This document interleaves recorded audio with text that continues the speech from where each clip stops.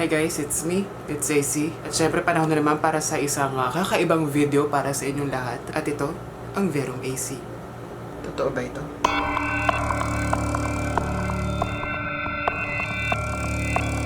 Ayan, syempre dapat na medyo kakaiba yung vibe natin para sa video na to kasi gusto ko maging seryoso tayo. Ayoko na matakot lang kayo para sa video na to. Gusto ko ma-inform din kayo kung ano yung mga nangyari sa past para inform tayong lahat, diba? Kasi the story of this building is not just about horror. It's not just about the ghosts in it. It's about the past. Na I guess hindi majority ng mga Pilipino alam kung ano yung mga nangyari noong panahon na yon. And sana through this video, hindi lang kayo matakot.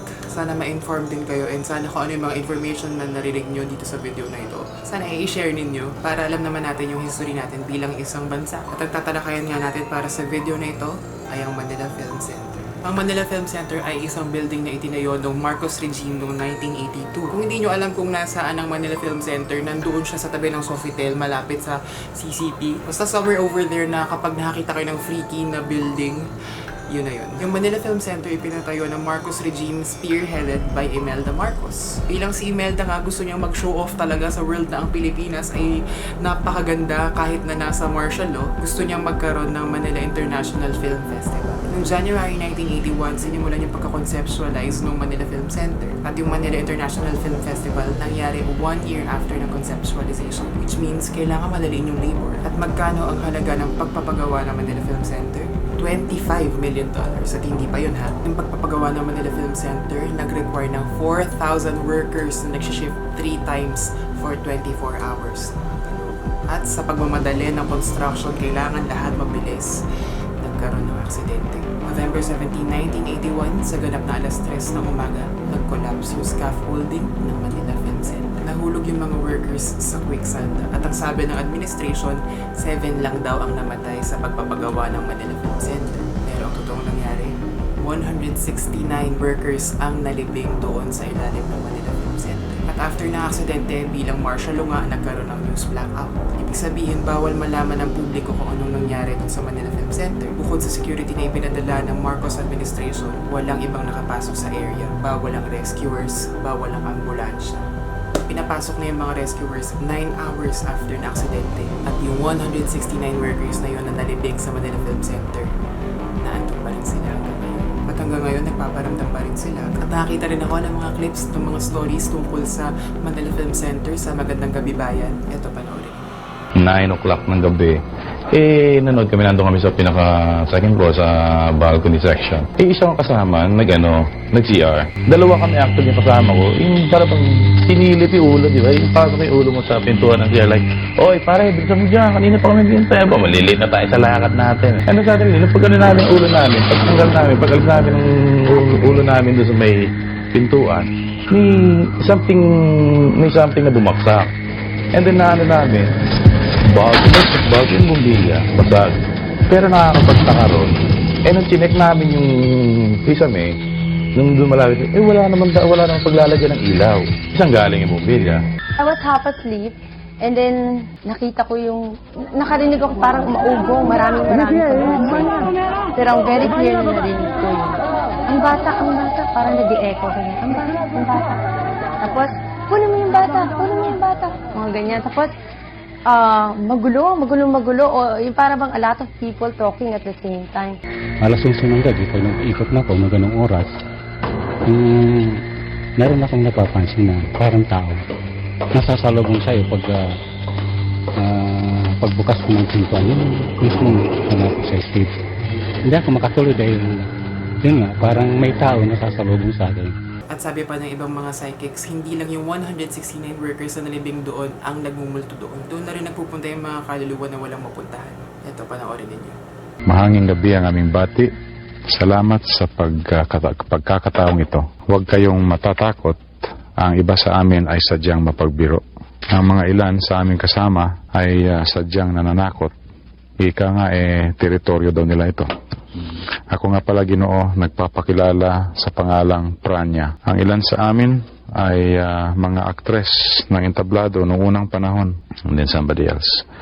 Ako si Rodora, tiga Ermita lang. Dito na rin ang aking tirahan ko.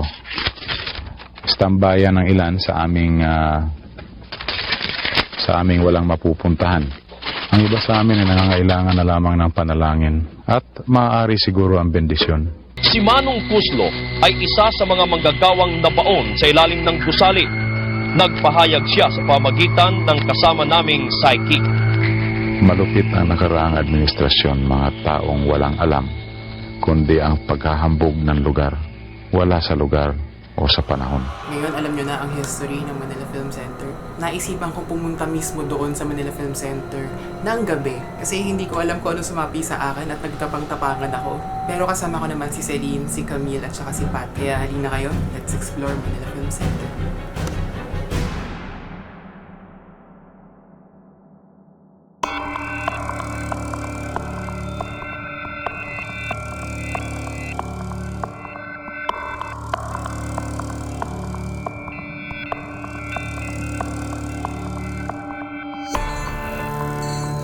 And tonight, nandito na nga kami sa Manila Film Center. At sinabihan ako kanina na private property daw to, tapos bawal mag-film. Sabi? Mukha ba ako nakikinig? Ha? Yung security guard dun. Kasi ang laki naman kasi nung camera na dala ko in fairness. Sobrang halata na nag-film ako. Ito si Pat, si Celine, tsaka si Camille. Pero si Camille tsaka si Celine hindi sasama. Si Pat lang. Si Pat nag-ghost tour. Kaso gusto ko sana pumunta dun, kaso delikado daw. Eh, takot si Celine ba din? Wow! Akala ni Celine, iikot lang kami. Yabang niya pa eh. Dapat di kayo matakot. Kasi Actually, ako hindi ako natatakot Hindi naman. mo kasi pangunahin kasi tapos sabi sa amin sa tour, parang responsibilidad nyo na kung may sumunod sa inyo kasi kung nanggulo kayo. isipin ko na parang lang si kasi Andy sila, hindi naman sila Eigenman doon sa movie nila. Hindi naman sila nanggugulo eh. At saka lahat kahit saan naman may multo, kahit sa Oo. simbahan. Oo. May nag-ano sa akin kanina, may nag-ask FM, patulog na ako, may nakatingin daw sa akin sa left side ko. Ha? Sa kwarto. Pero hindi naman na matatakotin. Pag may granite daw, dun daw. Baka, saan ko ba napanood Granite yung bato? O basta yung ganyan. Sa kitchen usually yun. Saan ko ba napanood yun? Napanood Dito. ko rin yun eh. Sa gawa sa granite, ma-attracted yung energy doon. Para hindi tayo sundan after, bawal natin siya pag-usapan. Pag sa bahay, bawal natin siya ikwento kung ano yung experience natin dito after 3 days para hindi magkaroon ng portal. May tao. Saan? May tao ba? Meron Wait. nata eh. So, pag May laser. magsa-start, anong gagawin? Parang, inano lang kami ng tawag dito, instructions na huwag kayong gagawa ng mga bagay na makakapahamak sa Oo. yung kalooban mo, huwag mong pangunahan ng takot kasi mas, the more na matakot ka. At saka yung mga multo naman yan, parang na ako nga. imprints of the past.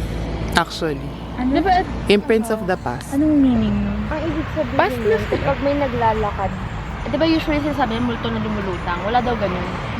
Parang, Yung feeling dati na daw yung halimbawa lugar na to, dati may platform yan. So, ang spirit, yung usually na ginagawa niya, yun yung nauulit. So, dati may platform yan, kaya siya nakalutang. Or kaya pag nakita mong umano siya sa dingding, kasi dati may door doon. So parang yun yung memory nila nung place. What if, Nauulit lang yun. yung alin? Imprints of the past niya. What if, parang, what if yung nakita mo galing pala sa ibang dimension? Ay, wow. Hindi, parang, di ba merong mga... The Flash. Ang imprints of the past, hindi yun multo. Parang yun yung energy ng dating nabuhay doon. Tapos nauulit lang ginagawa niya. Tapos ang pwede din ma-encounter is elementals. Yun yung mga kapre, mga... Kaya ang maganda daw kapag yung isang bahay, kapag walang multo, ibig sabihin may demonyo daw. Ano maganda doon? Hindi, I mean maganda kapag may... maganda pag may multo, kasi ibig sabihin nun, Oo walang nga, mas demon. maganda nga yun. Para pala ma-feel nyo, if, halimbawa, nalan kayo sa lugar, tapos bigla kayong sad, may possibility na hindi maganda yung nangyayari doon. Or, parang sa kaluluwa. Ayun yung sa Sad condo siya. ni AJ, diba? Pero nung kasi nag-ocular muna ako bago ako pumunta dito, Ganda ng walang masyadong ilaw. Wala akong dalang flashlight. Ikaw, ma'am. Talaga ako yung nauuna. Bouncer ba? Sana walang May future na tayo. Wala kayong magsasaway sa atin. Mumu daw, tanga. Nung isang araw ko lang nalaman na may, hanggang ngayon may show pala dito. Oo. Nag-field trip kami. Yung parang mga trans na ano, parang showgirls.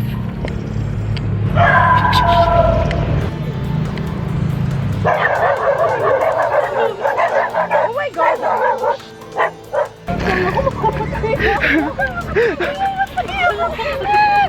Mababait naman yun eh. Ako rin di ko alam kung gagawin ko eh.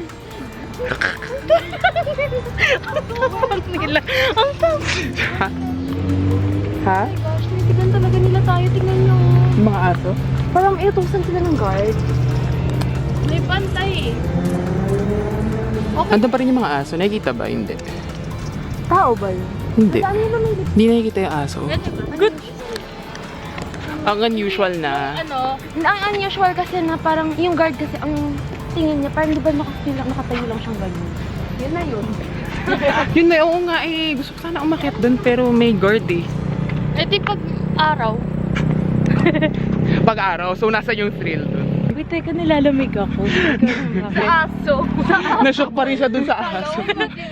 Ako kaya yun nandun sa may pinakarap. Hindi ko alam kung anong gagawin ko. Hindi ko talaga alam kung anong gagawin ko sa feel ko kakagatin ako. Pero mabait naman. Mabait ba yun? Tumatahol. Ma'am, wala namang ginawa sa atin. And so there you guys go. Yan ang ating Verum AC for tonight. Sana hindi naman kayo masyadong na-freak out. Sana na-inform kayo. Kung gusto nyo pa naman ganitong videos, please give it a thumbs up. At comment down below para alam kong brave din kayo. Okay, sige, tapusin na natin ang video na ito. Pero sana, huwag nyo kalimutan na ipagdasal yung mga workers na na-trap doon. Kahit hindi man yun mga lost souls, ganyan. Sama natin sila sa mga prayers natin kasi baka mamaya meron siya nakikinood sa'yo. Joke lang. Sige natin. This has been me, AC, signing off.